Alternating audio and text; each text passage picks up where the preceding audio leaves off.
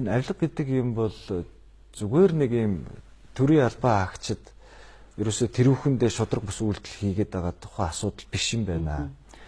Бүхэлдээ одоо нийгмийг нийгэм цэргөөр нөлөөлж байгаа хувь хүний эрхэнд халдаад байгаа. Тэгэхээр энэний гадна хинч үлдэхгүй байгаа гэдэг энэ өнцгөөс нь бид нар нэлээд асуудлыг авч үзсэн. Одоо ингээд аваад үзэхлээр энэний хариуцлагын асуудал ч их өөр болоод ирж байгаа. Яг тэгэхээр жишээлбэл одоо нэгдсэн улсын байгууллагын авилгын эсрэг конвенц дотор хүний эрхийн зал төвшөө орж амжаагүй байгаа юм байна.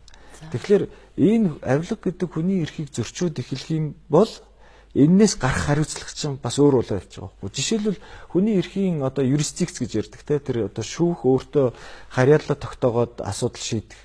Тэр шүүх харьяалал тогтоох эрх нь дэлхий дээр аль ч оронд нээлттэй байдаг байхгүй. Тэгэхээр энд зөрчөөд цогтж байгаа өөр газар ч гэсэн очиод шүүхэд дуудагдаж болжшгүй ийм асуудал гарч ирж байгаа. Тэгэхээр эн чинь цаашаа нөгөө гарч байгаа эрх зүйн үр дагавар нь ч гэсэн энэ сэдв өөрөө хөгжөөд эрх зүйн хувьд илүү нарийн судлагдаад ирэх юм бол ийм үе таалгад хүртэл нэгж эхлэх байхгүй. Одоо бид нар замаа барьдаг тийм үү? Хөдөө орон нутгийг холбосон замыг бариад жил болгон засдаг. Замын нөхцөл байдал маш муу байдаг тийм. Тэгэхээр зам тээврийн осол ялангуяа хөдөөний зам дээр маш их гарч байгаа биз.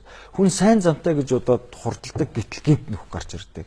Тэрийгэ дарахдаг нөгөө талаас эсрэг урсгалаас хөдөлгөөн машин орж ирж идэг байх юм уу те.